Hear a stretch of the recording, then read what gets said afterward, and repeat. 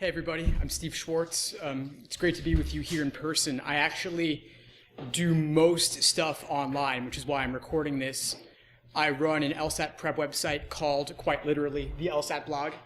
I also have an LSAT-focused YouTube channel at youtube.com/LSAT blog. So what I do is I offer free and low-cost LSAT preparation materials.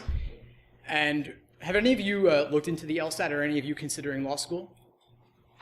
All right, awesome. Yeah, so the LSAT is the law school admission test. It's the main exam used for law school admissions. A couple of schools are starting to take the GRE, but the LSAT is pretty much still the only game in town. But that's good and bad. It's good because the LSAT is the best indicator of how you'll do in law school, which actually leads me to the controversial opinion that if your LSAT score is too low, then it may not be worth going to law school. That's because law school is a $300,000 gamble. And you might think, well, how is law school that expensive? Well, law school tuition is maybe $40,000 a year on average, times 3 years, that's $120,000. But 3 years of being in law school and not earning money adds up as well. So that's another maybe $60,000 a year. That gives you $180,000 plus the $120,000 for tuition, ends up at $300,000. And so you think, I don't want to take on all of that debt. How do I avoid the law school debt? You avoid the debt by getting a good LSAT score. Law schools care about two major things: your LSAT score and your GPA. There's other factors like the personal statement, letters of recommendation, and whatnot, but like it or not, numbers determine the majority of it because law schools are ranked in the US News rankings. And I don't know why they care so much about the US News rankings, because nobody really cares about US News for any other purpose on earth. But law schools care, law school admission officers care, and so you need to care as well.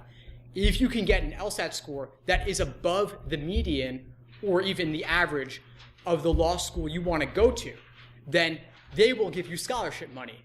They will give you merit aid, maybe $10,000 a year, maybe $20,000 a year, maybe a full ride. And so if you can get a full ride to law school, you can reduce the debt you take on significantly to only be maybe your living expenses, and then you'll have many more options available to you when you finish law school.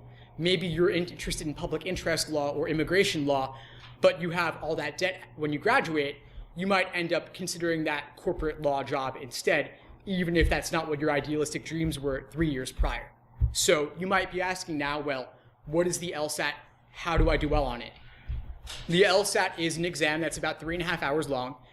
It used to be offered only 4 times a year, but now it's actually offered as many as 9 or even 10 times a year going forward, in part due to increased competition with the GRE. You could take the GRE, maybe, but law schools are mostly considering that for people who have STEM, meaning like science, technology, math backgrounds. If you're a humanities person, you're a pre-law person, the LSAT's going to be your option. Now, what's on the LSAT? The LSAT has 3 sections. It has logic games, which are like puzzles. They're like short, logical, mathematical sorts of puzzles. They're pretty scary at first, but they're actually quite learnable in the end. Then there's logical reasoning. This is half the exam. And these are short arguments. Sorry for my terrible handwriting here. These are short, bite-sized arguments containing evidence and conclusion. They're short paragraphs. You might be asked to strengthen an argument or weaken an argument or identify the main point or primary purpose of an argument. There is a free exam on LSAC's website. LSAC is the Law School Admission Council. If you go on there or you just Google June 2007 LSAT, you'll find a free LSAT practice test you can download and try out. Now, I wouldn't take the results of that diagnostic test as meaning anything at all, because chances are you do it cold, you probably won't do very well. That's okay. I didn't do very well either my first time. The exam is learnable. And these 2 sections, logic games and logical reasoning, those are the harder parts of the exam. So you might do worse on them at first, but they are learnable.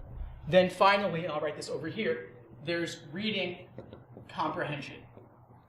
This is very similar in appearance to what you see on the SAT or the ACT or the GRE.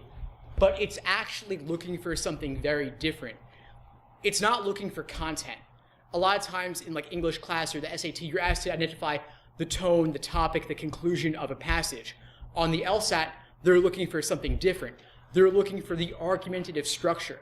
They want to see if you're able to track the major viewpoints being presented in the passage as the author goes about making their argument and presenting different viewpoints.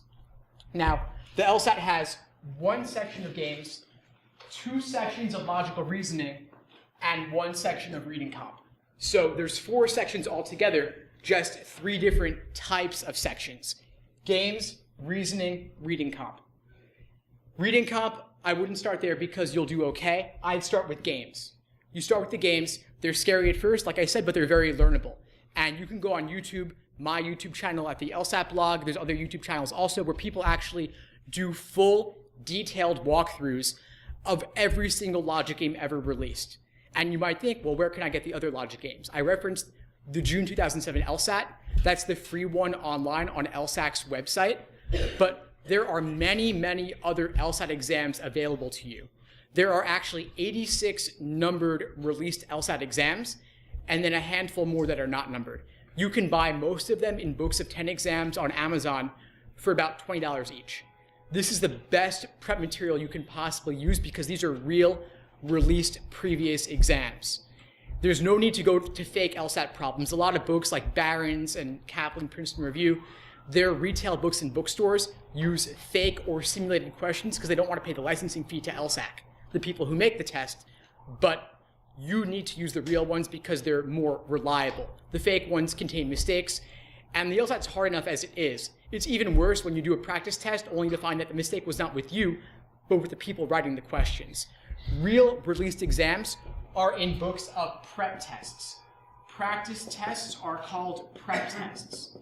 If a book does not tell you the date and year it was administered, if they don't tell you the prep test number, then it's probably not a real practice test. Right now, we are at prep test 86. This was the November 2018 exam, just to give you a sense of where we're coming from here. The LSAT had its modern formulation in June 1991 with LSAT exam number 1, and since then they've been releasing 3 a year pretty much on schedule, which is how we get to 86 exams about almost 30 years later, believe it or not. I wasn't around back in 91, I was like 6 years old, so I didn't do that one, but when I was studying, I was doing the exams in the 40s. So when I started my prep journey, I started about a 152, and that was in 2005. And how I got there, took a 152 with like exam 45, I think, and then I was pretty discouraged because I went to a good undergrad. I had a good GPA. I thought I was going to go to a top 14 law school. Then I ended up with a 152. 152 is not going to get you into a top 14 law school. You really need to have, for one of those schools, you need maybe a 165 or a 170 or above, depending on your GPA. A 170 is the 97th percentile, and a 151 is the 50th percentile. So 152, it'll get you into like a decent, maybe a third-tier law school, but it's not going to get you significant scholarship money. And so what I did was, over the course of an entire year, I did every released LSAT up to that point. I did over 40 exams, and I looked at every mistake I made, every question I had difficulty with, and it was through the detailed review process that I came to learn the exam and master it over that period of time. It's not necessarily going to take you a year. I would say maybe 3 months is a good minimum amount of time to spend. 1 month is not enough. 2 months is not enough. It's worth investing at least 3 to 6 months, given how important this exam is. Think about it. Your undergrad GPA took you maybe 3 or 4 years to get. Your LSAT score is going to be more important than that, but you earn it in less time.